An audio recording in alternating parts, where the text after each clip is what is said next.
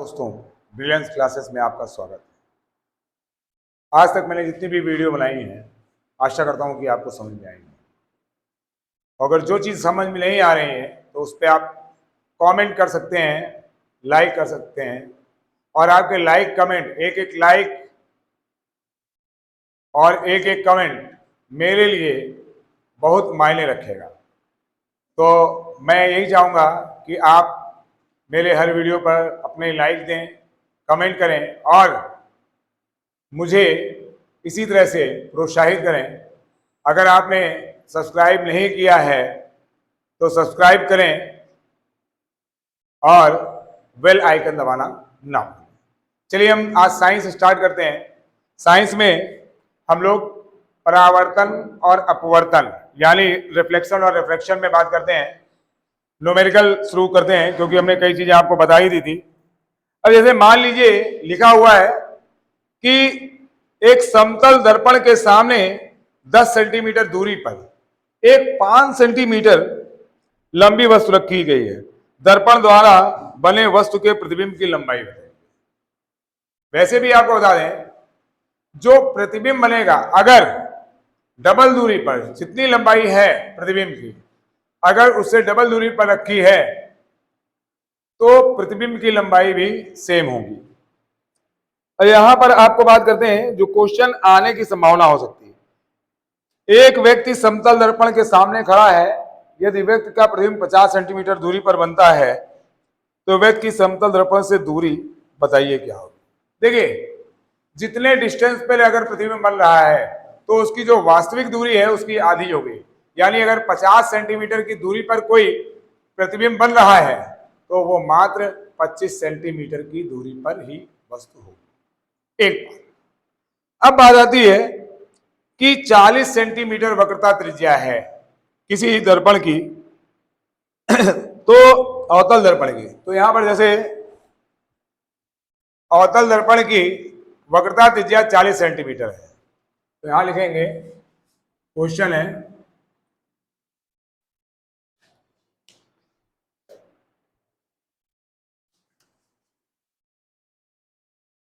अवतल दर्पण की वक्रता त्रिज्या यानी रेडियस ऑफ कर्वेचर। वक्रता त्रिज्या क्या है? रेडियस ऑफ कर्वेचर कितना है? 40 सेंटीमीटर। अब यहां पर माइनस हमने ले लिया। अब माइनस ले लिया तो रीजन क्या होगा? रीजन ये है कि जितनी भी चीजें अवतल दर्पण के सामने रखी रहती हैं वो पहले होती है, बाद में नहीं। और जब पहले होंगी तो वो माइनस में ली जाएंगी। तो अगर इसकी फोकस दूरी निकालेंगे अवतल दर्पण की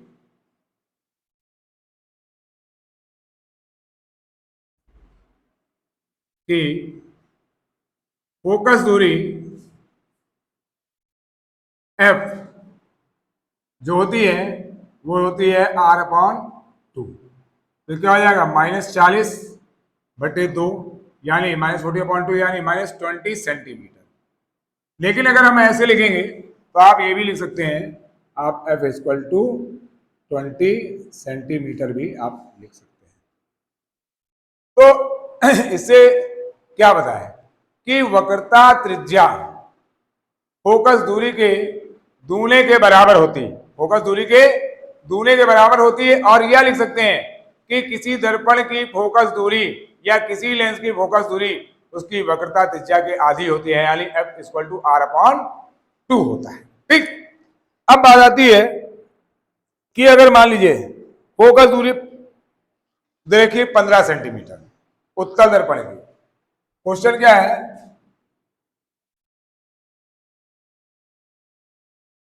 उत्तल दर्पण की फोकस दूरी ये प्लस में ही होती है, F = 15 सेंटीमीटर। तो क्या फाइंड करना है? वक्रता त्रिज्या यानी कि radius of curvature. Focal length आपको दे रखी है और रेडियस ऑफ कर्वेचर पूछ रहा है तो आप लिखेंगे R = 2F होता है, यानी 2 × 15 तो इक्वल टू कितना आ जाएगा 30 सेंटीमीटर, ये हो जाएगा आर इक्वल टू। अब अगर क्वेश्चन हो कि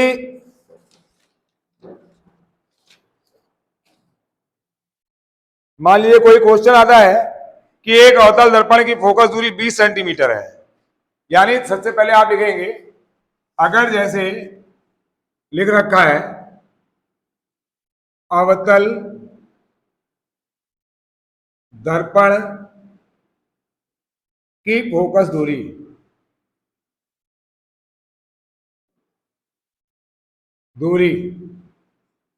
एफ इक्वल टू -30 सेंटीमीटर, ये आपको दे रखा है, यानी focal length of concave mirror is 30 centimetre and 20 centimetre, sorry ये 20 माइनस में ले लेंगे, and the object place 30 centimetre away from the concave mirror. तो 30 सेंटीमीटर दूरी पर वस्तु रखी है, ऑब्जेक्ट यानी कि वस्तु। तो दर्पण से वस्तु की दूरी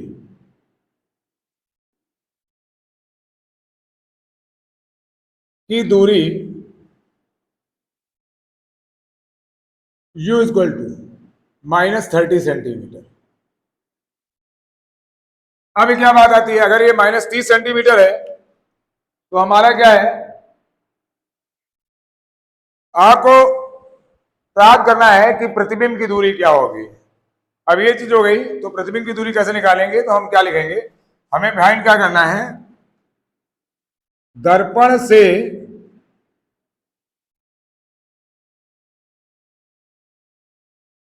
प्रतिबिंब की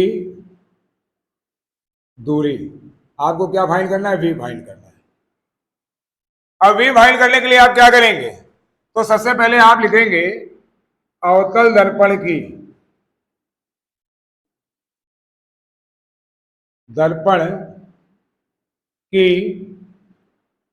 फोकस दूरी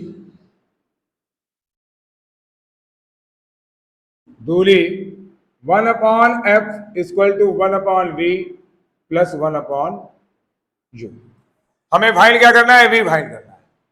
तो u को जब इधर लाएंगे तो इधर आएगा, तो माइनस में आ जाएगा, तो हमारा क्या हो जाएगा 1/v equal to 1/f minus 1/u। अब हमको मालूम है जो चीजें गिवन है 1/-20 माइनस 1/-30।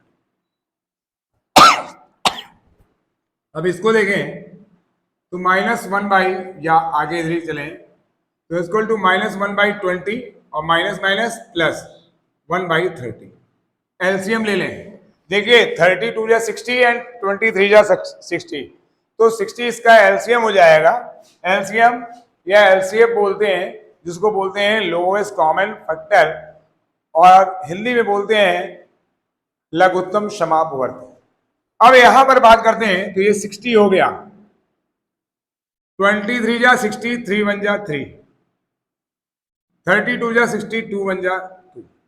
अभी हमारा आ कितना गया -1/60, ये 1/v, तो v इक्वल टू क्या आ जाएगा -60 सेंटीमीटर। चूंकि माइनस में आ रहा है दर्पण से पहले ही, अगर माइनस में है तो दर्पण से पहले ही प्रतिबिंब बन रहा है, यानी आपका जो इमेज तैयार होगी वो दर्पण से पहले तैयार होगी अगर माइनस में आ रहा है। अगर वो प्लस में आ रही है तो दर्पण के दूसरी ओर बनेगी। तो ये हमें ध्यान रख लेना है कि माइनस में आ रही है कि प्लस में आ रही है। अगर अवतल दर्पण में माइनस में आ रही है तो इमेज जो है क्या है, रियल है, लेकिन क्या है, ग्रेटर देन और बिगर देन द ऑब्जेक्ट है। तो यहां v इक्वल टू आप क्या लिख देंगे 60 सेंटीमीटर कैसी होगी इमेज, वास्तविक यानी रियल होगी। अब मान लीजिए एक क्वेश्चन आपको हम उत्तल दर्पण में बात करते हैं कि एक उत्तल दर्पण की फोकस दूरी 10 सेंटीमीटर। तो क्वेश्चन क्या है, उत्तल दर्पण की फोकस दूरी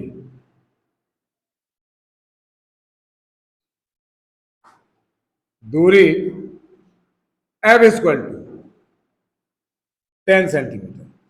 सीधी सी बात, ये 10 सेंटीमीटर है फोकस दूरी, तो ये बिल्कुल क्लियर है, प्लस में आई है, चूंकि उत्तल दर्पण है इसलिए प्लस में ही लेना है। अगर उत्तल दर्पण है तो प्लस में लेंगे, अवतल दर्पण है तो माइनस में लेंगे। अब यहां पर बात आती है कि उसकी फोकस दूरी कितनी है, 10 सेंटीमीटर है, और वस्तु दर्पण के सम्मुख कहां रखा जाए कि वस्तु के आधे आकार का प्रतिबिंब बने। तो यहां पर प्रतिबिंब जो है, प्रतिबिंब की लंबाई बराबर वस्तु की लंबाई बटे 2 आधे आकार की बने। अब ये बनेगी तो भाई सीधी सी बात, अगर ऐसा बन रहा है तो यानी आप लिखेंगे I equal to O upon 2। अब यहां पर फार्मूला लगता है आवर्धन का, रेखीय आवर्धन जिसे कहते हैं आप। अब रेखीय आवर्धन का फार्मूला क्या है, M equal to minus V upon U equal to I upon O। ये तो ये लिख सकते हैं minus V upon U equal to I upon O। अब ये आपका जो है कितना है माइनस, हमको मालूम नहीं, minus V upon U equal to ये कितना है O अपॉन 2 अपॉन O।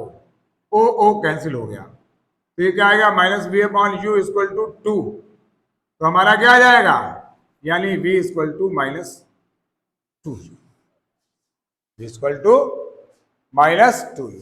हमारा फार्मूला ले लें, 1 upon F equal to 1 upon V minus 1 upon plus V 1 upon. अब यहां पर ये करेंगे तो हमें V फाइंड करना है, तो या कुछ भी करना है, 1 upon 10 equal to 1 upon V plus 1 upon minus 2V।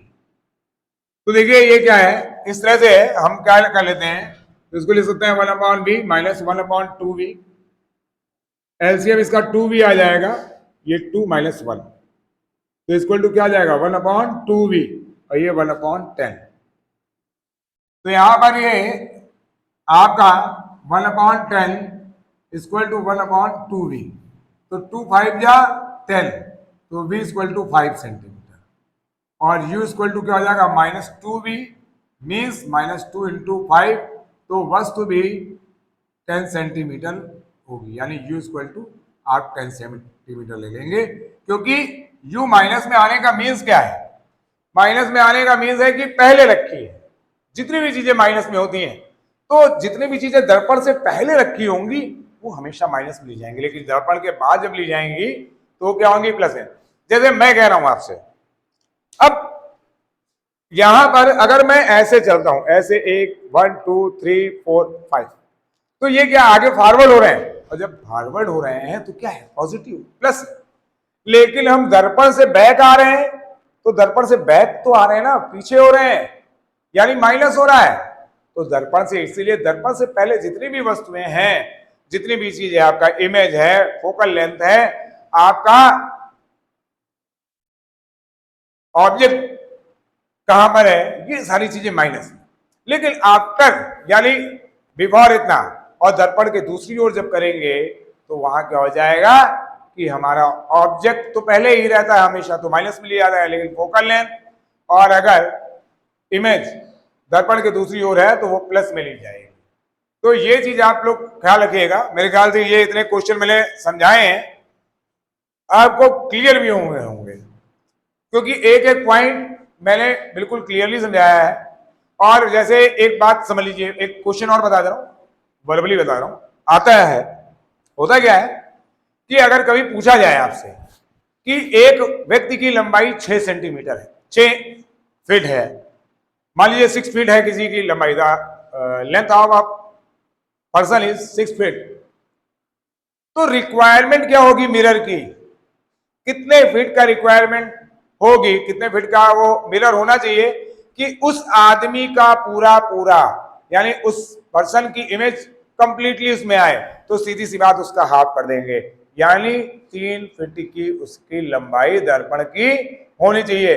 जितनी दर्पण की लंबाई होगी उसका दूना उस दर्पण में पूरा पूरा बन सकता है। यानी 3 अगर लंबाई तो 6 फीट की वस्तु को हम देख सकते हैं पूरा।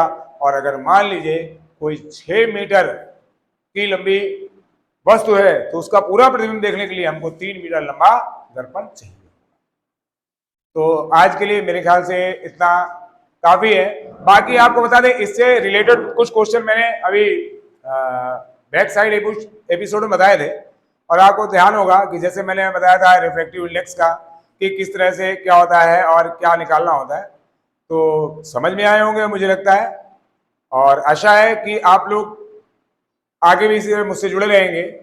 आपसे निवेदन है कि आप मेरे चैनल को कमेंट करें, लाइक करें, और सब्सक्राइब नहीं किया तो सब्सक्राइब करके बेल आइकन दबाना ना भूलें, क्योंकि आपके पास मेरी जितनी भी लेटेस्ट वीडियो है, आपका बेल आइकन अगर दबा होगा तो आपको सबसे पहले प्राप्त होगी। और आप लाइक करेंगे, कमेंट करेंगे तो सीधी सी बात मैं इनकरेज होऊंगा और आपको बेस्ट से बेस्ट तरीकों से पढ़ाने की कोशिश करूंगा। एक बेहतर माध्यम हूं मैं आपके लिए। और कमेंट के द्वारा अगर आपको कोई चीज क्लियर नहीं होती, आपको लगता है कि ये चीज क्लियर नहीं हुई, तो आप कमेंट में मेरे से बोल दें। आपको कोई भी प्रॉब्लम है इन क्वेश्चन से या राइटिंग से या किसी भी चीज से, तो आप मुझसे बोल सकते हैं और मैं इसका पूरा पूरा ध्यान रखूंगा। तो दोस्तों, एक बार फिर से लाइक करें, कमेंट करें, अगर सब्सक्राइब नहीं किया तो सब्सक्राइब करें और बेल आइकन को दबाना ना भूलें, शेयर करना भी ना भूलें। धन्यवाद, नमस्कार।